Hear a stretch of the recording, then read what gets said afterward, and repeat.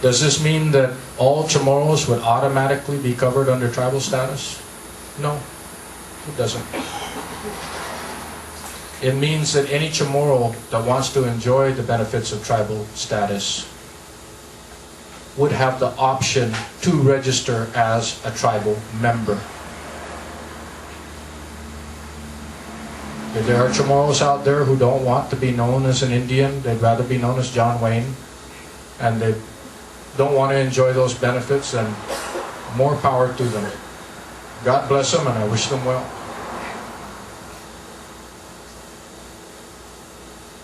Because there are enough of us out here who don't currently enjoy those benefits and do not see a bright future for our people if we continue on the status quo path, especially with the military buildup coming up. Within the next 10 years, the population on this island is going to double. And that will diffuse the Chamorro blood on this island to the point where we become politically irrelevant on our own island. We'll disappear as a race. We'll disappear as a people. Our children will not be able to enjoy what we have enjoyed. And their children probably won't even know that they're part Chamorro. Because we will disappear. So whether people push for independence, whether they push for commonwealth, whether they push for statehood, we need to unite as a people now and start pushing. Because the squeaky wheel gets the oil. If we don't do anything, if we sit back and let time pass and allow what is coming to happen, we will all disappear.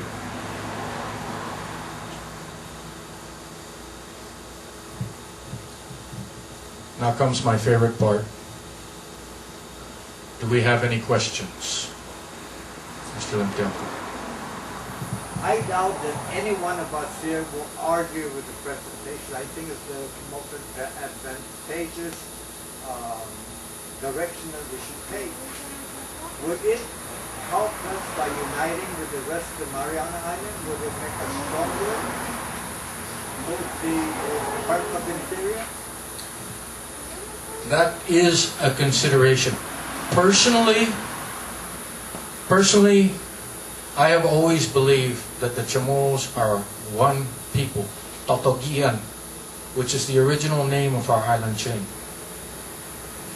I believe that we were and still are one people. It's only personal differences that keep us apart. So personally, I would like to one day see all of our people united again as one. Now historically, there have been differences between our Chamorro brothers in Saipan and the Sinamay, who didn't want to be one with Guam. And we currently have problems with our brothers in the Sinamay arguing about federal funding that comes through Guam to go to them. An example, CAHA, which the federal funds that come for CAHA also come under the ANA, which is an arm of Title 25. Okay? Can we, when we submit for registration, can we include the CNMI in our Constitution? Yes, we could do that. Would it be, it would be up to the council that is elected to represent the people, our people, when they draw up the Constitution. I want leaders to step forward who are interested in seeing our people preserved and protected in the future to step forward and take ownership of this thing and assist in drawing up that Constitution, because that Constitution will be what our people are governed by. So is it feasible? Is it possible? Yes. Would it be beneficial to us on Guam? Not as much as it would be to the CNMI, because they're dead broke right now. They don't have an industry.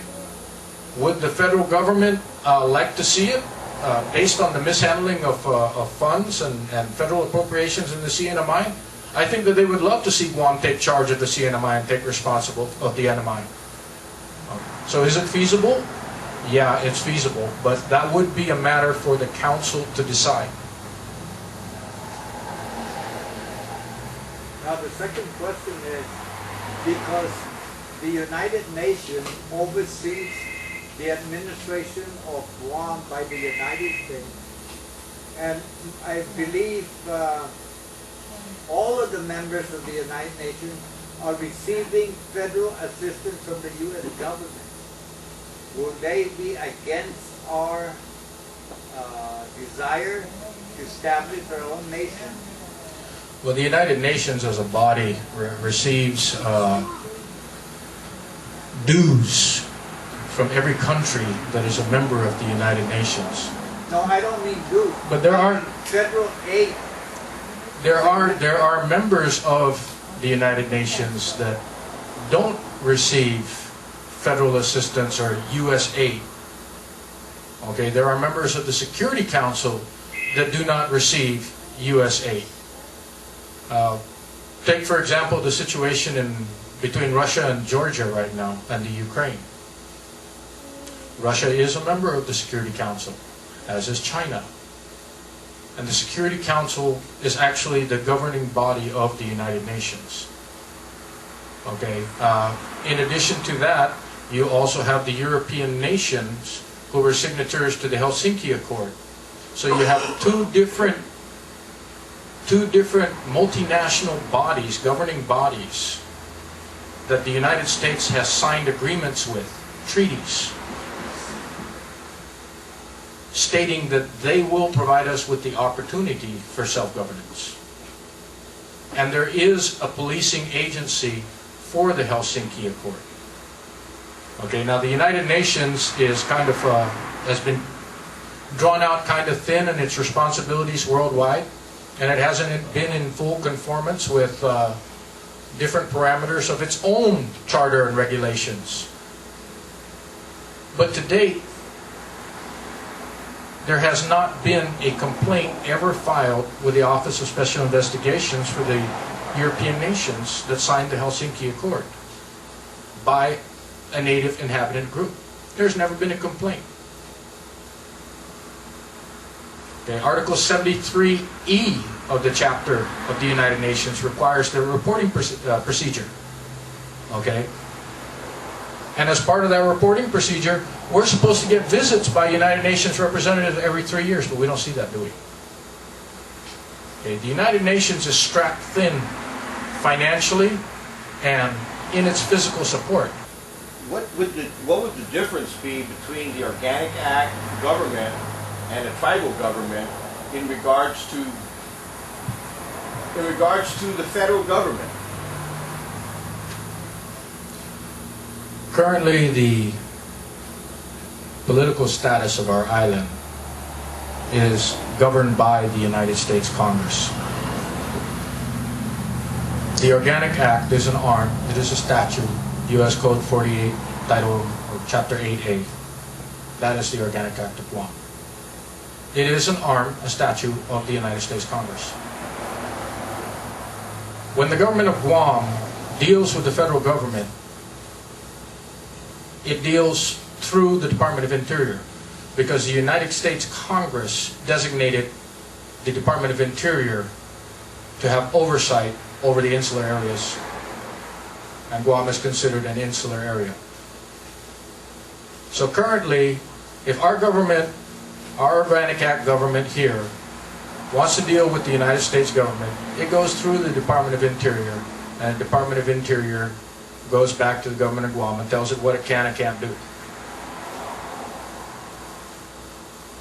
As a self-governing nation federally registered under Title 25 of the U.S. Code, the United States government would have to treat the Chamorro people on a government-to-government basis.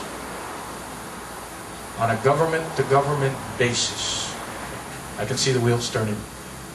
but it has to deal with us on a government-to-government basis.